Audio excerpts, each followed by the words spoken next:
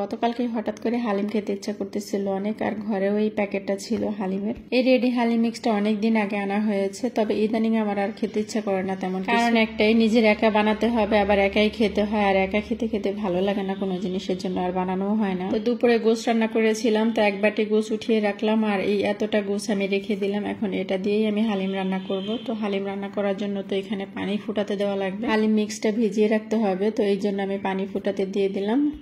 তারপর এখানে আমি আটা নিয়ে নিলাম। আর হালিম কিন্তু এমনি এমনি খেতে ভালো লাগে না, হালিমের সাথে রুটি, পরোটা, তন্দুর রুটি, নান রুটি অথবা পুরি দিয়ে খেতে ভালো লাগে। তো এখানে আমি এর ভিতরে দিয়ে দিলাম প্রথমে চিনি, তারপরে একটু সয়াবিন তেল, পরিমাণ মতো লবণ দিয়ে, তারপরে ফুটানো পানি দিয়ে আজকে আমি পরোটার ডোটা বানাচ্ছি। আসলে বাসাতে অনেক মানুষ থাকলে কোনো কিছু বানালে না খেতেও ভালো লাগে, আর বানাতেও কিন্তু অনেক ভালো লাগে। অনেক মানুষের সাথে থাকলে তখন মনে হয় কি যে একা থাকলে মনে হয় এটা খেতে পারবো, সেটা খেতে পারবো, মানে নিজের ইচ্ছা মতো আর কি। আসলে এটা একেবারেই ভুল ধারণা। তো আটা ছানা হয়ে যাওয়ার পরে এখানে আমি গরম পানি নিয়ে নিচ্ছি। এখন রেডিমিক্স হালিম মিক্সটাকে আর কি ভিজিয়ে রাখবো। পানিটা কিন্তু বেশি গরম হয়ে গিয়েছে, সমস্যা নাই, এটা তো ফুটলেই ভালো। তো এদিকে এটা দিয়ে দিলাম ভিজাতে, আর এদিকে আমি পেঁয়াজ কাটতে চলে আসছি। রান্নার সবচেয়ে এই পার্টটা আমার কাছে বিরক্ত লাগে, মানে পেঁয়াজ কাটা যে কি একটা ঝামেলা, কি বলবো। আবার পেঁয়াজ ছাড়া কিন্তু চলেও না। তো এখানে আমি পেঁয়াজ কেটে নিচ্ছিলাম বেরেস্তার জন্য।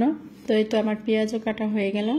তো এখানে আমি তেল দিয়ে দিচ্ছি, তেল দিয়ে এর ভিতরে এখন পেঁয়াজটা দিয়ে সুন্দর করে আর কি বেরেস্তা বানিয়ে নিব। পেঁয়াজের জালটা কমিয়ে রেখে এখানে এখন আমি চলে আসছি আবার পরোটা বানানোর জন্য। যদিও এগুলো সবকিছু আমি রেডি করে রাখছি, আমার হাজবেন্ড যখন আসবে তখনই এগুলো ভাজবো। তো পরোটার জন্য যে ভিতরে তেল দিয়ে এটাকে একটা ডো বানিয়ে রেখে দিব আর কি। এটাকে তো ডোই বলে, তাই না?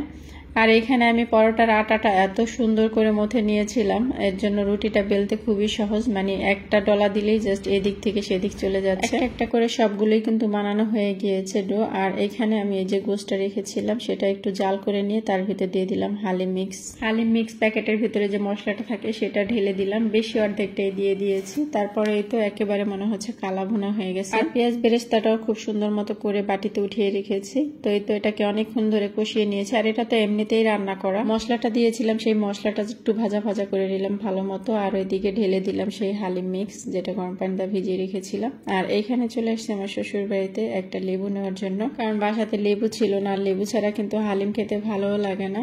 তো আমাদের বাসার ছাদে কিন্তু 12 মাসই লেবু থাকে। আর এই তো এখন আমি পরোটাগুলো ভেজে নিচ্ছি একটা একটা করে। তো পরোটা ভাজতে গিয়ে আমার হাজবেন্ডকে ফোন দিলাম যে কখন আসবেন আপনি, সে বলতেছে আমার তো দাওয়াত। তখন মন মেজাজটা এতটাই খারাপ হয়ে গিয়েছিল, মনে হচ্ছিল যেন রুটি ভাজার খুন্তিটা ফিকে মারি। আমি যে কি তেরা সে তো জানে না, আমি তো তাকে খাইয়েই ছাড়বো, সে যতই খেয়ে আসুক গলা অব্দি। তারপরও আমি যেহেতু কষ্ট করে বানিয়েছি, আর সহজে ইদানিং কোনো কিছু বানানো হয় না, এই একা একা খেতে হবে বলে। আর সে বলতেছে আজকে আমার দাওয়াত। তো এটা শুনে তো আমার মেজাজ এমনিতেই খারাপ হয়ে গেছে। আসলে দাওয়াত ছিল দুপুরের, তখন যাওয়া হয়নি, মানে আমাকে সহই দাওয়াত দিয়েছিল, তবে আমরা যাইনি। আর এর জন্য রাতের বেলা গিয়েছিল, ওকে আর কি ডেকেছিল।